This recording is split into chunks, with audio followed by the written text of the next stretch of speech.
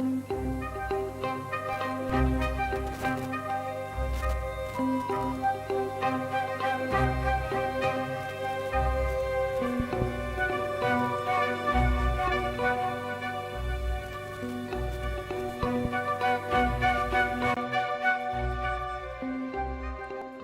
everybody, and welcome back to Crime Time with Connie. It's been a hot minute. February was not a good month. Obviously, I've made some updates to my studio. I share it with my husband, so he does different videos and stuff. So you can kind of tell which stuff is mine and which stuff is his. If you guys missed it, Tristan and I did a video about the new Scream 6 movie. We did a slight review on it, if you guys want to check that out. And today's crime topic is going to be over the disappearance of the Springfield 3. This case drives me bananas. And honestly, when I reviewed it, listened to podcasts about it, I always feel like someone is standing right behind me, which just gives me the chills. Because this case, 3 women, 2 girls, and one of the girls' mom just disappeared into thin air. And it's been 30 years. Their bodies have still not been found. So to kick this case off, I'm going to start talking about the mom in this case. Her name is Cheryl Levitt. She was 47 at the time. She was born in Bellevue, Washington. And in 1964, she married her second husband, a man named Brent. In 1965, they welcomed their first child, a son named Bart. And in 1973, they welcomed their daughter, Suzanne, who they would call Susie. Cheryl quickly divorced Brent after the birth of Suzanne because she was born with a small tumor around her lip. This tumor did require cosmetic surgery in order for it to be removed, so it was expensive. And as the couple didn't have the funds necessary to go through with this procedure, Brent was looking for ways to pay that's, let's just say, aren't legal or ethical. This didn't sit well with Cheryl. She was known as a law-abiding citizen. So Cheryl decided to leave the relationship. And I believe Susie and Bart didn't have a relationship with their father. In 1980, she then married her third husband. His name was Don Levitt. So you're probably doing the math. She was married to Brent. Now she's married to Don. How is that her third? She was previously married before the father of her children, but it was a quick marriage. It didn't last long. I don't know how long, but it was a very quick marriage. Cheryl and Don together, they end up moving to Springfield, Missouri with all the children. Of course, he had children, she had children. They chose Springfield because Cheryl's sister ended up moving there. So Cheryl decides to pick up her family, get a fresh start. Cheryl ended up becoming a hairstylist and working her way up. I have a special place in my heart for hairdressers, hairstylists, cosmetologists. My mom was one. Fun fact, her kids, the year they were born, 1965 and 73, are the same years my parents were born. So I thought that was interesting when I was investigating this case. By 1986, Don left the relationship and left the family. He completely just got up and left. So Cheryl's daughter, Susie, she was more of an edgy girl. She loved fashion. She loved bangly earrings. She was super close to her mom. After graduation, she decided to follow in her mom's footsteps and go to cosmetology school. Susie did have a friend named Janelle who she was close to. She was more close to Janelle than she was with Stacy McCall. So Janelle was the middle common friend between the two girls. Susie and Stacy were friends, but they were just each closer to Janelle, if that makes sense. So Stacy McCall, she was born on April 23rd, 1974. She was a year younger than Susie. So Stacy was 18 at the time and Susie was 19. Susie was believed to have been held back a year, so she was, of course, older than her class.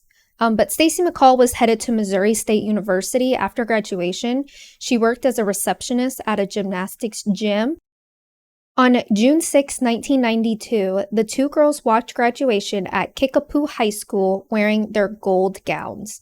It looked gold to me only because I had to wear a gold gown. It could have been yellow, mustard, but to me it looked gold. The girls then separated after the ceremony to spend some time with each of their families that came to town. The plan was to meet up with Janelle to go to graduation parties and then drive an hour away to a hotel to have fun at a water park the next day with a group of their friends. Stacy's mom, Janice, said Stacy left wearing a yellow shirt with floral shorts, gave her new graduation present a kiss goodbye, which was a Cocker Spaniel puppy named Bubba. And Stacy left after that. She did hear from Stacy around 10 p.m. to tell her mom that plans had changed. She would be staying at Janelle's house instead of driving an hour away to prepare for the next day. Obviously, this was a relief to her mother. I mean, her daughter's going to graduation parties. It's going to be late. They're going to be driving and when it's dark out. So, of course, she's like, ugh. She's going to be staying at Janelle's house instead of driving an hour away. So the three girls, Janelle, Stacy, and Susie, were party hopping. Hoppying. That's a weird word. Until 1:50 a.m. early Saturday. The police had broken up the last party they attended. It was reported that the two girls weren't much of a drinker, so I believe one report said that Stacy would hold the beer but wouldn't drink it. So while the girls are attending graduation parties, Cheryl was said to have been doing some home improvements around the house. I believe it said she was stripping furniture. Now, two different sources say that she was on the phone with her friend. One source says 11:15 p.m., while police say it was 9:15 p.m. But she was definitely on a phone. She was definitely on the phone with her friend that night. So after the girls' party that they were attending was broken up by the police, the three girls go to Janelle's house, which was conveniently right next door, to spend the night, but there wasn't a lot of room. Janelle had family over for graduation, so there just wasn't enough room for the two girls to sleep over. And Susie had gotten a king-size waterbed for her graduation present. So the two girls, Susie and Stacy, just decided to head to Susie's house. By this time, it's 2:15 in the morning, and Janelle, the last thing she hears from her friends is Susie telling Stacy, "Hey, follow me to my house." Stacy answered, "Okay, I will." And that was the last time she saw or heard from her friend. Now, the distance between Janelle's house and Susie's house should have been roughly 15 minutes. The two girls should have arrived around 2:30 to Susie's house, which was located at 1717 East Delmar Street. And we know the two girls got to the house because their cars were there. It was parked out front. Obviously, we don't know if they stopped anywhere between the two houses. They could have gone to the gas station or maybe helped someone with a flat tire. But it's not known to police if they did. No one reported seeing them. There was sightings, but it's believed that those sightings were not true. So now it's June 7th, 1992, around 7 a.m., and Janelle and her boyfriend Mike are trying to get a hold of the two girls so they can all go to the water park with their group of friends. Around 9 a.m., they head over to Susie's house to see if they are awake. So they think the reason why they're not answering the phone is because they overslept. They did come home 2:30, 3 o'clock in the morning, so maybe they overslept. So Janelle and Mike decide to just head over there around 9 a.m., to see if the girls are awake, but they find broken glass on the porch. Now, this broken glass comes from a light bulb shape ahead. We all pretty much have it, or we should. The bulb was not broken, but I believe by knocking that shade could have easily affected the bulb not working. Mike does see a nearby broom and he just sweeps it up, cleans it up like it was nothing. I mean, to be fair, he didn't know it was a crime scene. But yeah, not the smartest idea, but obviously he didn't know at the time. So the couple, they end up leaving and they come back a few times. I don't know how many times they come back and forth without going in the house, just knocking on the door to see if the girls are awake by then. So they did grow frustrated and they had a few friends come by. I don't know the exact amount, but one of the friends who came by to help them out to see if they could wake them up somehow was Nigel Kenny. He was Susie. I don't know if it was a boy or a girl. I think it was a girl, but it was Susie's best friend. So she does come to the house to help, and she notices that Susie and Stacy's car are parked in a strange place. Susie normally parks behind her mom in the carport or the garage, but her car was parked out front.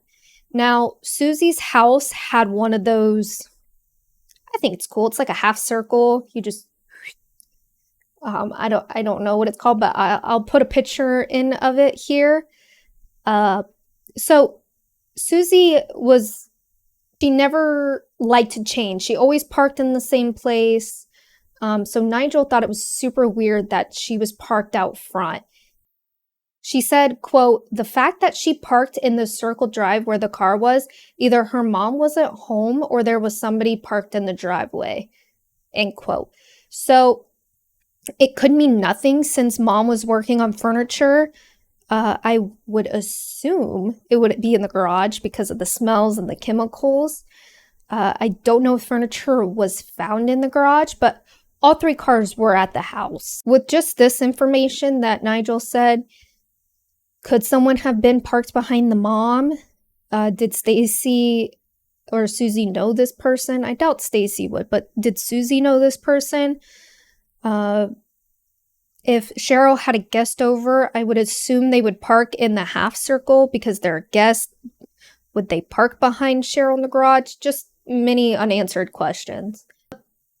But now it's around noon and they discover that the door is unlocked. No one was inside the house except Cinnamon, the family's little Yorkie dog. I used to have a Yorkie. Her name was Jenny Lenny. And let me tell you something about Yorkies. They are feisty. And I don't know the exact kind of Yorkie or how big or little Cinnamon was. I do know she was a girl, but my dog Jenny she was a girl. And she was our protector. My dad tried to train her to be an attack dog, which kind of worked. If she was bigger, she definitely could. But I don't know if Cinnamon likes strangers or not. Jenny would attack anybody that came near us, and little dogs can be mean. Don't let their size fool you. Now, I don't know if Cinnamon seemed frightened. People don't know if Cinnamon was locked in the bathroom or closet, or did she seem frightened? There's so many different reports about Cinnamon's state of emotion. Could she have been hurt to shut up? Did she see something? We'll get into Cinnamon later, but I do have a lot of questions about Cinnamon. The TV also had been on. There was static on the screen. So for those of you who don't know, who are not older, there's a thing called a VHS that is like a tape. You put it in, and when it's done rolling, static would appear on the screen, and it would wake you up. It would wake me up. But static was running on the TV, which meant they had a tape in that was done playing. They then discovered all three women's purses on Susie's stairs leading to her room. So Susie's room was in the back, and it wasn't meant to be a bedroom, I don't think. It was like 2 stairs that led into a sunken floor, and it had the 2 back doors. I don't know if it was sliding or 2 open back doors that would lead into the fenced-in backyard. I think it was meant more for a common area, but it was Susie's room. Now, in Cheryl's purse, there was $900, which makes everybody believe this wasn't a robbery gone wrong. And all the women's purses, their keys were in there, their cigarettes were in there. It was the 90s. More people smoked back then. And let me tell you, smokers, even now, do not leave the house without their cigarettes. Cigarettes. And I think the 2 girls, I don't know about Stacy, but Susie and Cheryl were known to be chain smokers. So I know they didn't leave without their cigarettes on purpose.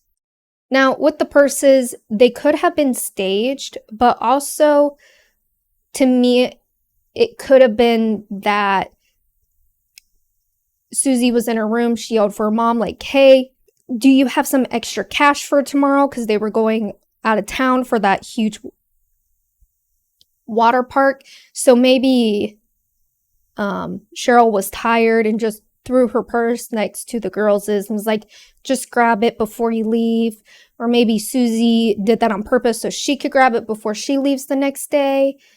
I mean, it could go one or two ways. It was there on purpose, or it was there to look staged. So while the friend group is there, the phone starts to ring, and Janelle does answer it, but then she's immediately creeped out because a man on the other end of the line is making sexual, rude comments to her. I mean, she obviously hangs up, but they call again. She lets it ring. He calls again, and that's when she let it just go to the machine. So for those who don't know, back then, we used to have a landline phone. This was the early 90s. So when someone left a voicemail, it would go on tape, and you would have to like manually go back and play and delete. And yeah, it was a pain. But that message ended up being deleted by someone unknown. We don't know if the police deleted it. Some people think Stacy's mom may have deleted it. So we don't really know the context of what was left on that tape. Police thought it could be a prank call, but this could have been the person who took the girls calling the house to see if police is there yet, pretending to be a prank caller. But the context of the call is still not fully known, since Janelle states she doesn't remember the whole conversation. Again, it was a quick, to me it seemed like it was quick, like a quick creepy phone call, but still, like, to me it's just ironic. Like, this phone call was on purpose. It doesn't seem to me like, oh, out of all days when these 3 women disappeared, some weird prank caller calls them 3 times. No, I think it was on purpose, which makes this more creepier. With Janelle not knowing the full context of the conversation, it makes me wonder if she does remember and she told the police, but the police wants to keep it tight to their chest so the public doesn't know, in case a suspect comes forward or someone with guilt knowledge, or like when they confess, they're like, well, when I called, this is what I said exactly, because they obviously have guilt and know something that could tie them to the case to prove they did it or know someone who did it. Oh. So Janice, Stacy's mom, she ends up finding out about the situation from another girl's parents around 5 p.m. So the group of friends end up leaving the house. They don't call police. They don't inform Stacy's mom that something could be going on. So Janice ends up finding Janelle at the local hydroslide or water slide. Back then, it wasn't like a huge park because they were going to the cool new water park an hour away. So the local hydro slide, water slide, was just like one or three slides. So the group decided to stay locally instead of driving away. So Janice finds Janelle there. She's like, what's going on? Janelle tells her. So, of course, Janice goes straight to Susie and Cheryl's house. The house is still unlocked. She finds her daughter's medication for migraines, which is like a big red flag to her because Stacy suffered from really bad migraines and she would not leave without her medicine. She then finds her daughter's floral shirts she was last wearing folded on Susie's bed. And this led Janice to call investigators to come check out the house. Immediately they come, they find the women's beds were unmade and that there was makeup covered cloths that were found in the hamper. So it's believed that they came home, were getting ready for bed, wiped off their makeup. They also state that the house did smell like furniture polish. So questions I have so far. Could Susie have brought in the furniture when asked by her mom when foul play happened outside? Or did Cheryl get the furniture from outside to inside before she went to bed and was met with foul play? Could the girls have been watching a movie before bed since the TV had a tape in that was done playing? Was Cheryl known to have stayed up that late to watch a movie? Or did she have someone over watching a movie with her? Did she fall asleep while watching a movie? Again, unless Susie called her mom, Cheryl didn't know her daughter was coming home with a friend. There was no struggle in the home. Nothing known to have been missing. $900 still in Cheryl's purse. The light outside was knocked out. Did the girls open the front door after a knock or hearing the glass shatter? Police did find the blinds in Susie's room to be kind of messed with. Like someone was looking through the blinds into the backyard. The back door could have been open. But why was the glass outside broken if someone knew that they were going to try to go in the back door? Maybe the girls heard something in the back or checked on Cinnamon, or they heard something out front while they were watching the movie and got scared and went to the back and looked out the window to see if that person was outside the back door. So these are just a few questions I have so far, or theories. So moving on. This is a missing persons case times 3. By Monday, Stacy's parents sprung into action. They started handing out missing persons flyers. This was obviously going to be a difficult case for police to investigate since the crime scene had multiple people in and out. I do want to add that Cheryl and her daughter had only been living in the house for 2 months. So by Tuesday, the FBI comes to help investigate, because how do 3 women go missing into thin air? So the FBI obviously has bigger resources to help the local police solve this quickly. That Thursday, Bart, Cheryl's son, he was looked into. He did pass a polygraph test. They did rule him out as a suspect, but in the public, he was to be suspect number 1. But the public did not like Bart. They think Bart had something to do with his family going missing, mainly because he was into bad things and they weren't on speaking terms. Prior to her disappearance, Susie did live with Bart for, I think, about 2 weeks, but they got in a huge argument, causing Susie to move back in with their mom. It didn't help Bart's situation when investigators go to Bart's biological father's house, who has had nothing to do with his kids. And of course, he's like, well, they need to look into Bart, which they did eventually rule out Bart. So then they start looking into Susie's ex, Mike, who she did have a restraining order against because he slashed her tires, he physically assaulted her, and she feared for her life because of him. So it was a very toxic relationship. He did pass a lie detector test and claims he was home alone, which doesn't help his case. I don't know how old he was or if he was graduating like they were. Could he have been upset because she was moving on? She was going off to school? Maybe. He did say the allegations against him were false. Another one of Susie's ex was looked into. It was a 29-year-old male named Dustin.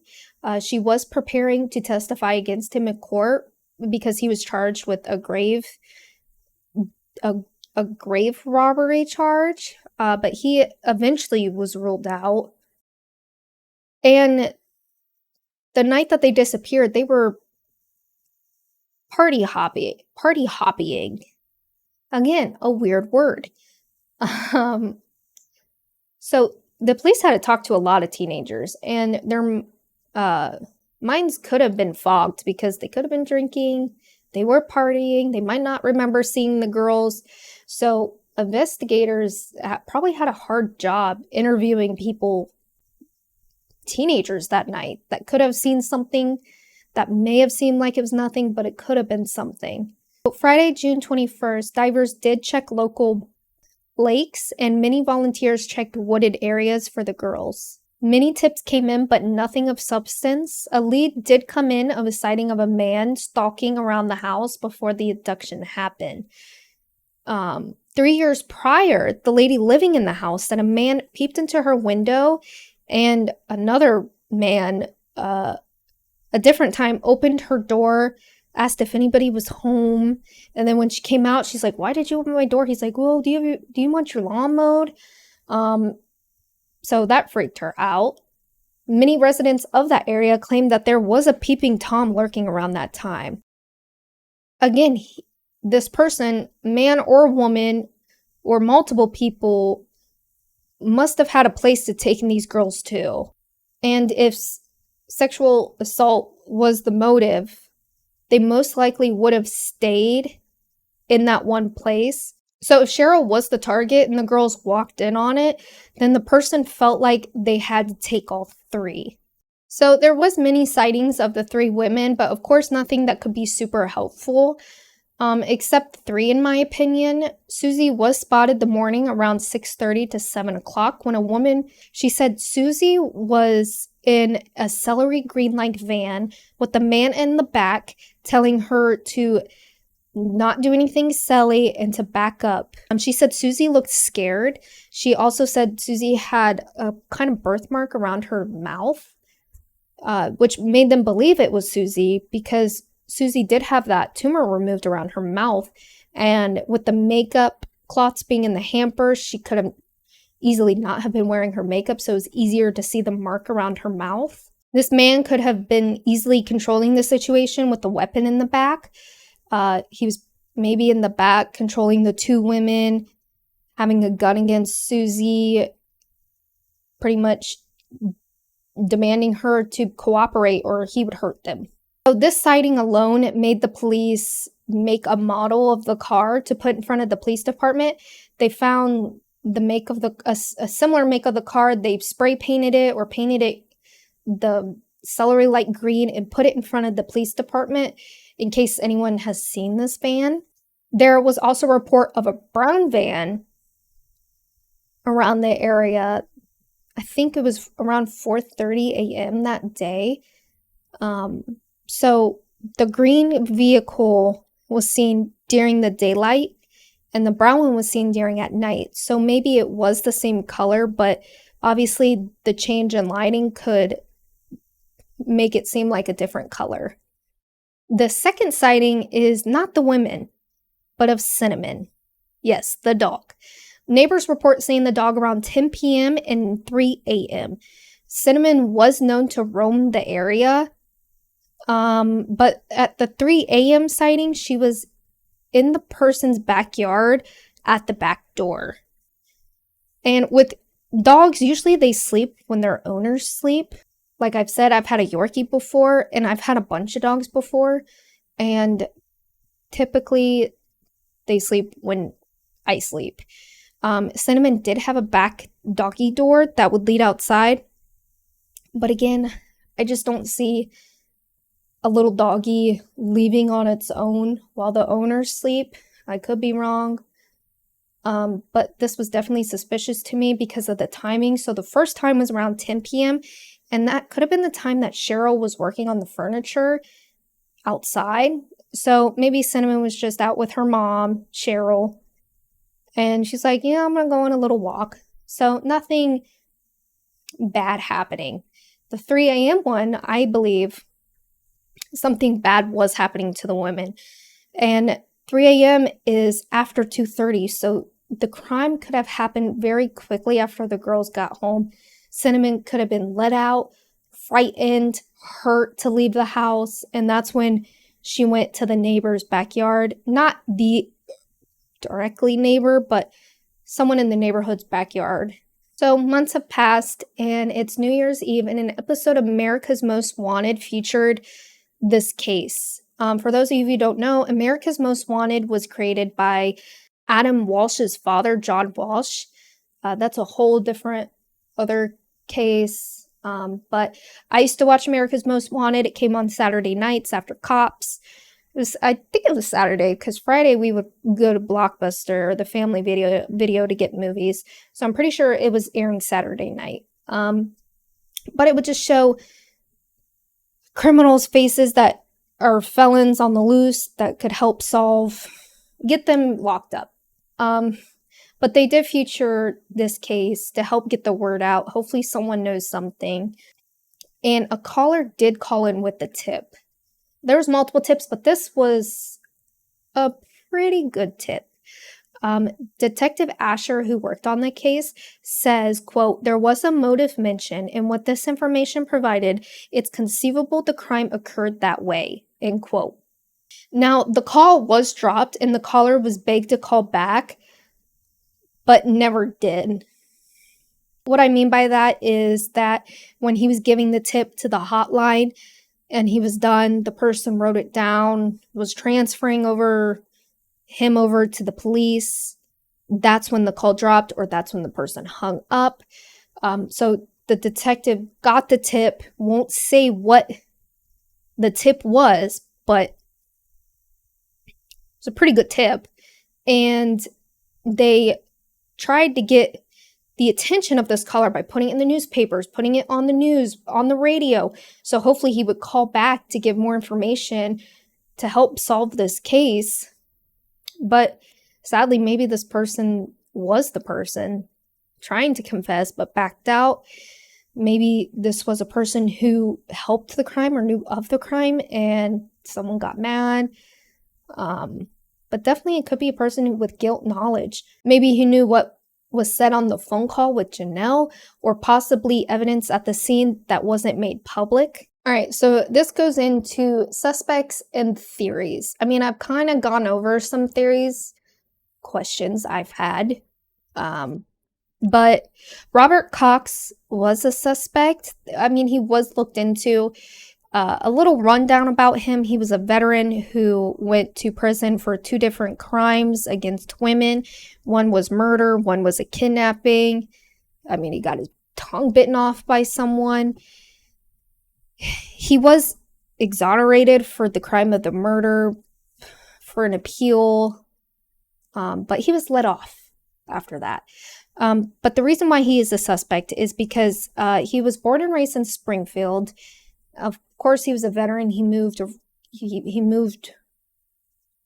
around because of the military, whatever. But in 1990, he went back to Springfield, and he actually worked with Stu McCall, which was Stacy's father. But he said that he never knew the dad. They never actually worked together. They just worked for the same company. That could be a lie. That he didn't know Stu, that maybe Stacy would come in. He got infatuated with her. But his alibi was that he was with his parents that night, and his girlfriend said that they were at church the next day. But she took that back because years later, he actually held a 12-year-old girl hostage while robbing a hair salon. And she took back the alibi that she doesn't know where he was that weekend. When he was asked about this case, he said that his job at the time, which was like a utility worker, some type of utility worker, he could have been in the area near the house.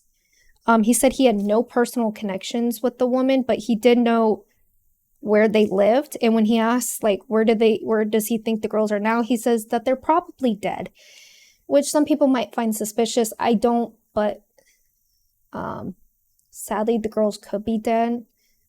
And I think he was just saying how he felt about the case.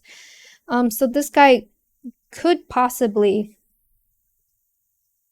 he could have been someone who did this. He was a utility worker. He could have been stalking the women, could have been infatuated with them, whether it was Stacy or Cheryl, because again, if he was stalking Cheryl, would have been the perfect opportunity. The daughter's out of the house. If it was Stacy, he must have been following her that night. And when she got comfortable into bed, that's when he made his move. He does have a lot of crimes against women in his past, so he is a possible suspect. The next person is Stephen Garrison.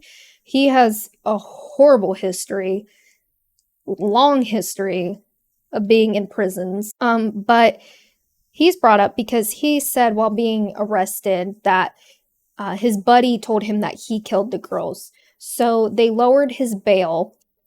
And when he was out on bail, he agreed to speak to the investigators.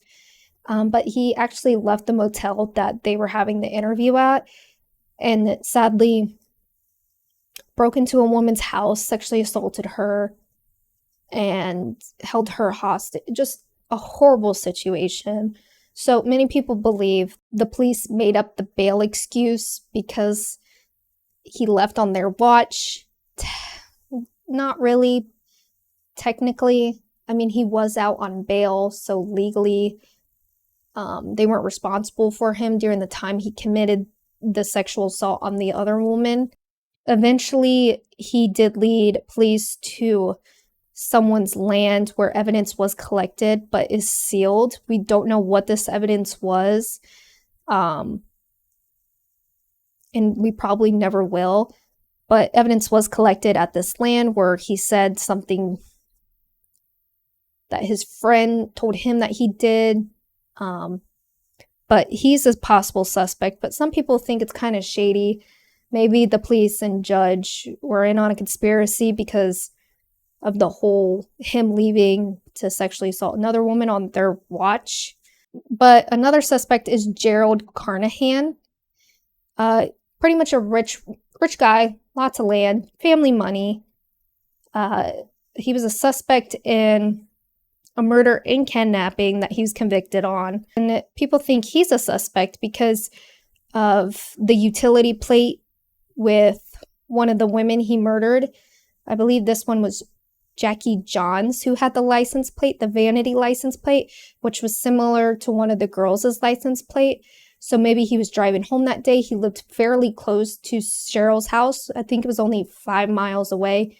He could have been driving home, see this license plate, follow the girls. I mean, we don't know what makes people tick to kill. But again, this man has crime against women. Could have saw something that he liked and had the opportunity to do so. The last person is, I don't know if you guys have Apple channel, but there's a show called Blackbird on there. And this tells the case about Larry Duane Hall. I watched half of it, I think. Very good. The guy even won a Golden Globe for his performance in it. But I haven't finished it yet. Pretty much, he is known as the man with the van. He's a serial killer. He would go to military battle reenactments, and he was actually in Springfield at the time, or near Springfield at the time, for a battlefield reenactment. So people think he could definitely have been him in the right place at the right time. Another theory was that people believe the women could be in witness protection. That's the best case scenario, really, because If they are in witness protection, the 3 girls must have seen something really horrific and had to leave. I mean, there's so many theories that could just go into the witness protection, but that is the best case scenario for this. I don't know the likelihood of it, but that's a theory I did see. Another one was Cheryl's cosmetic license. So Cheryl was a cosmetology. She had many clients. I hope they looked into her clients and ruled them out, because I think she had around 200 clients, and I hope they looked through every single one to rule them out. Maybe they got a hold of her address, began stalking her, saw that Cheryl was alone that night and took the opportunity and got super lucky kidnapping the other 2 girls. I didn't see this theory, but I just think, like, I know a lot of people think Janelle seems suspicious, and I was like, well, yeah, they cleaned up the crime scene, kinda, with the broken glass. They went back and forth. They didn't really notify anybody. So then I thought, how could this plan worked out with Janelle? And the only thing I could think of was something bad happened to Stacy and Susie at a party. They got a hold of the mom, and the mom went to try to help her daughter. But then the mom freaked out. They all freaked out. They hurt Cheryl somehow, possibly ended her life because she was threatening to tell on them for something that they did to Susie or Susie and Stacy. Maybe they drank too much, someone hurt them on accident and they got scared. But they would have to drive the 2 cars over there, stage the house, break the glass, leave the TV on. It would just be a lot they would have to go through, and that's the only case I could think of with Janelle, but I don't think Janelle had anything to do with it. Another theory is that it could be human trafficking. I know that Springfield had a highway nearby that could easily taken the girls on, but if it was human trafficking, they would have had, it wouldn't make sense because the 2 girls weren't planning to stay there that night, and Cheryl would have been the only target, unless they were targeting the 2 girls and following them all night while they went to different parties. And it's like with the human trafficking, the person probably already had a person of interest to buy the girls. So it's not like a 3-for-1 deal. You know what I mean? So the human trafficking thing still could be possible. I just don't think it's the most likely scenario. But the only way I think this case is going to be solved is if there's a confession. I know there was an apartment complex nearby or a huge building that people want investigators to break the concrete to see if they're buried under, because construction was happening during the time of their abduction, and think that they were buried. That way concrete could be poured on them. They have yet to look to break up the concrete because it is a lot of money. So honestly, I think confession is the best bet for this case to be solved. Someone coming forward with guilt knowledge. I mean, if you really think about it, this person got super lucky with whatever case scenario that they came into, whatever crime they were coming in with. You know what I mean? So if Cheryl was the target and they wanted to harm her at her house, and then the 2 girls show up, they could have easily just harmed the 2 girls and left, but they didn't do that. They took all 3 girls. Now, if the one girl was targeted and they're like, you know what, I'm just going to take the other girl out, but then the mom was there, it's like, no matter whatever way you look at it, whoever was targeted, the plan got messed up because there was more people that they had to take or hurt. and they somehow managed to pull off the perfect crime. So what do I think happened? I don't know. This case blows my mind, simply because it looked like a crime didn't occur at the house. Nothing was knocked over. There was no blood. Honestly, what I can picture happening is the two girls come home from the party. They're getting ready for bed. Cheryl's in her bedroom. I think she's asleep. Could someone have been in the room with Cheryl, holding her mouth, pinning her down, weapon to her head? Maybe. Was Cinnamon there? Because let me tell you, dogs, Yorkies, they don't shut up, okay? The dog would have been barking. Maybe Cinnamon was kicked out of the house. Crime was happening with Cheryl. The two girls don't know about it. They come home. Cheryl could have been dead at that point. We don't know. But there would have been a crime scene. Unless she was killed in a way that wouldn't leave evidence. But the two girls probably were getting ready for bed. They were going to watch a movie. They heard something. But then the light shade. See, I don't know. Everything doesn't make sense. This person calling the next day, that just can't be a coincidence. I don't know how to say that word. They literally just disappeared. And it's been over 30 years and still nothing. But yeah, I go through everything. I can't make up a possible theory. Was it a stalker? Crime of opportunity?